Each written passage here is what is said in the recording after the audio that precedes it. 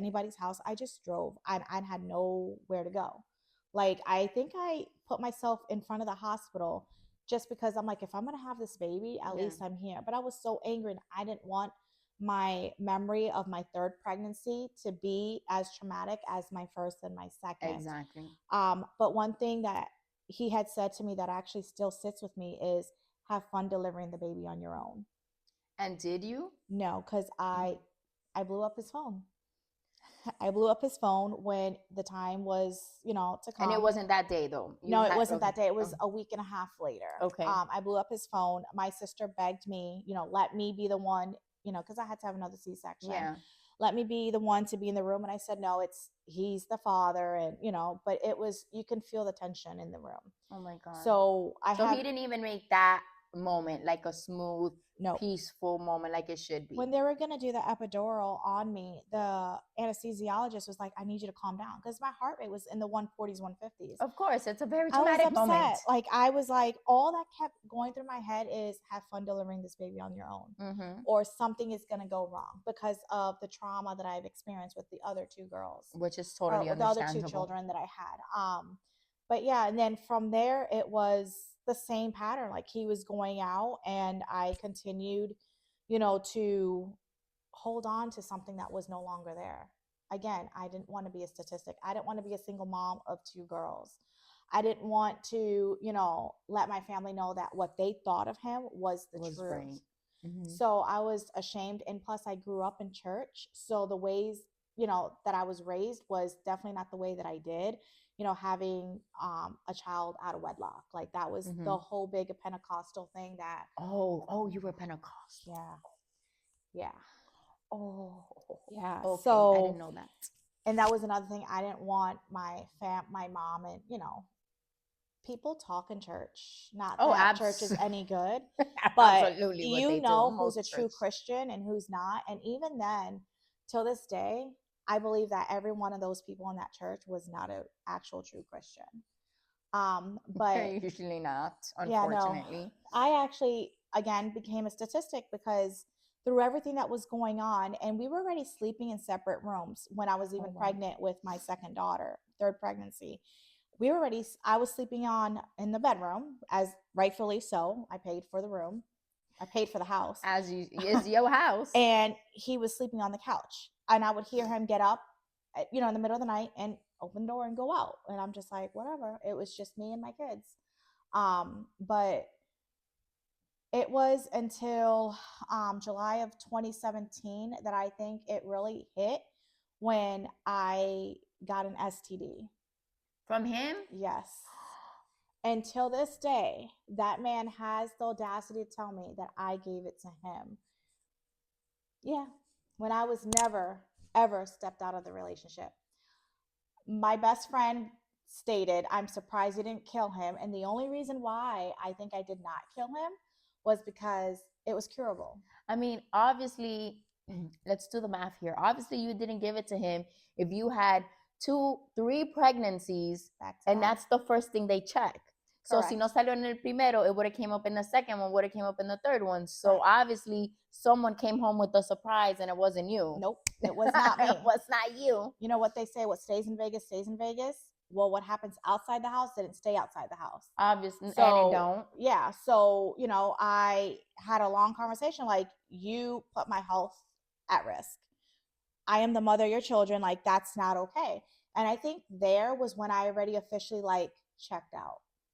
Like, I was done. That was enough. And I was going to ask you, like, what was your breaking point? So that was right there, my breaking point. But it wasn't until February of 2018 where I left our children with my mom, because my mom, I remember it was going to be a holiday the next day. His daughter was at the house, and it was an issue that I left, the children with my mom. I was called every name of the book, and I was standing my ground at this point. You will not sit there and belittle me in front of your daughter. You will not sit there and call me a whore, because I certainly am not. You will not sit there and make me feel anything less than what I should feel, because at the end of the day, I know what I brought to the table.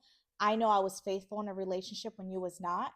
And I just, at that moment, I was like, I'm done. Get out. And that's when I told him, get out. Wow. And he did.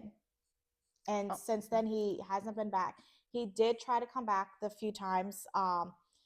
In the beginning, it was like, oh, I want my family back. But, we've heard that before many you know, we times. went to Disney together for our daughter's birthday, and everything was fine. And when we came back, you know, I was like, maybe, but then I was like, no, because by then I already had my wall built up again. Good for You're not going to you. do to me what you did to me before.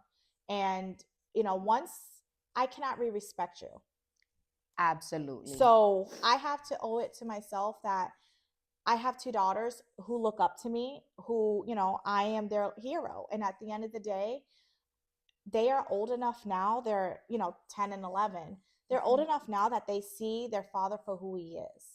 And it always happens And it that always way. happens that way. I've tried to shelter them, not let them see the ugliness, but unfortunately they saw it too. When their father bashes their mother, blaming their mother, you know, that I'm lazy because I you got on child support, 7 years of court, and you owe, Easy for child and you support. know, it comes down to everything's about child support. They don't want to pay.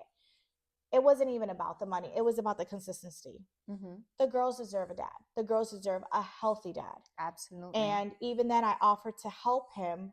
He didn't want the help because there's nothing wrong with him. And I think that's like, sorry, my allergies. I keep scratching my nose. Now I ain't a crackhead. It's Florida. Yes, in this weather. But that's like a big thing. I don't understand. Like, to me, I feel like admitting your wrongs makes you more of a man than knowing there's something wrong and you not saying it. You know, you acting like nothing, because now you a little bitch, but you a little lying bitch. Yeah. You know, because like, just be like, you know what, I know I have a problem. A, I don't want to fix it. Or B, I'm gonna try and fix it. But don't say you don't have a problem when you walking around with a freaking, you know, poster on here that says I'm a narcissist, I have this, I have that. Yeah. So, and he never said like, yeah, you know, Patricia, I know I'm fucked up or whatever. No, he would be like, I know some of the things I said to you hurt you, but Hurt you, not because that was wrong, but correct, because, yeah, hurt you, but, and then he listed everything that I supposedly did. And the biggest weapon he used against me was my weakness, which was, you know, I'm adopted. I was adopted at a young age, and telling me nobody wants you, nobody gives a fuck about you, excuse my language. Basically, girl, we like, open to I'm talk just, all languages, yeah, everything, it's okay. like, you know, like my parents are not my parents, when those are the only parents I know. Those are the only grandparents besides his you know, his parents, that our daughters know. And he told the girls, like, your grandparents are not your grandparents. The only family you have is my family. Why would you shatter these two innocent girls of ours to think that, you know, because their mother was adopted, my past cannot be used against me? And I figure this out now, years later, because of his weakness. The only thing he can try, and he knew that would hurt, was to use my past. I was And a that's child. what they do. I have no control of what happened when I was a child. I was a baby. Absolutely. So you're going to use something where I had no control over to use against me to make you feel better? Go right ahead. At the end of the day, I spoke my piece. The girls know who loves them, who's protected their mother, who's, you know, taking care of them.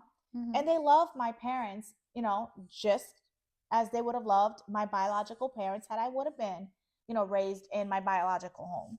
Yeah, and at the end of the day, that doesn't matter. It's about the love. It's not Correct. about blood. It's about like who gives you the love, who gives you the respect. That's what's important. Cause like, look at my kids. They have uh, a grandmother on my side. They have a grandmother on their dad's side, and neither of them act like grandmothers. So, what is the point? But they have a lot of grandmothers that aren't blood related that love them so much more. So Correct. it's like, and I have like coworkers who they consider their aunt, and you know, they love them, and he'll continue, oh, that's not your aunt, that's not this, that's not that. And I tell them, I said, it's what you feel in your heart. Have they ever disrespected absolutely. you? No. Have they ever hit you? No. Have they ever said anything to you to hurt your feelings? No. You can call whoever you want to call family, as long as it comes from your heart. Don't let anyone's ugliness try to destroy the beauty in you. And I've instilled that to the girls because we live in a, world where it's an ugly place. Absolutely. And I'm trying to shape the girls' minds that, no matter how ugly the world is, don't allow the world to change your beautiful heart. Oh, and they do have beautiful hearts, I might say. Oh yeah, they're very, very caring. Very caring. But yeah, it's true. And like, I don't get it. Like, I don't get why these dudes, like, why they do that. Okay, things ended between you guys because of his fault. Like, yeah, move on. Like, be a good father. Be there for your girls. Like, y'all don't gotta be friends, but y'all shouldn't have to be enemies either. Like, it shouldn't. Yeah, nope. It There shouldn't is be that no way. co-parenting when it comes to him. Can't co-parent with a narcissist. Correct. And that's one thing after I forgot to let you know that after we had separated, he used to tell me, "Don't you bring no other niggas around my kids." Oh Lord. Uh-huh. And I'm just like, "But you can bring another female around mine." I'm okay with it as long as they're treating my girls with dignity and respect. Absolutely. So why is that? Why is it? Oh, don't bring no other dude around my girls. So what, you just supposed to be single forever? Like, no. Yeah, no, no. we're not doing that, man. Nope. We're not. I don't know. Patricia wanted to grieve. I ain't doing none of that. There ain't no time limit. We break up at 1, at 1:15, I got me a new buddy. Oh no, I waited. Not me. I waited because one thing is my main focus, because the girls were 2 and 3 when we separated. Yeah, my main focus was to be a good mom, to be the best mom that I can be. Because at the end of the day, anything happens to me tomorrow, they only have each other. Yep, they only have each other from me. They have other siblings from their father's side, but at the end of the day, let's keep it real. Like, he's not going to allow my family to see the girls. And that's the sad part. That is the sad part. They have, cousins and uncles and aunts on my side that if anything was to happen to me, that relationship would be shattered because their father would not allow that relationship to continue.